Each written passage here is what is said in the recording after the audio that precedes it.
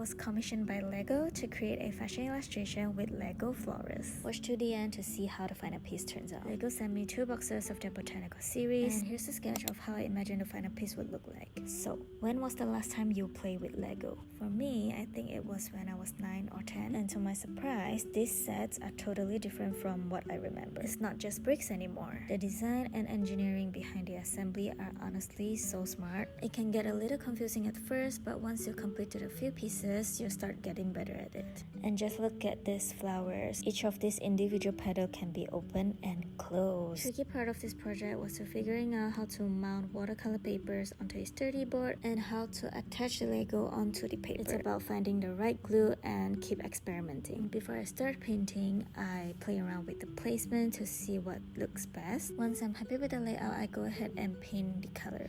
And here's where I got really nervous. I'm placing down all the pieces again to make sure everything looks good and perfect. The cool thing about these Lego pieces is that they are very versatile. You really build and reassemble them in any way you want. I do separate and reassemble some of the pieces so they could perfectly fit into a frame.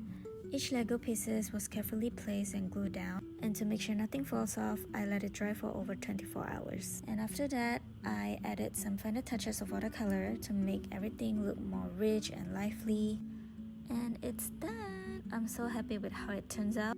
Here's a side-by-side of my sketch and the actual piece. I go ahead and sign and frame it. Also make sure to wipe down the glasses before I stick on the logo. And ta-da!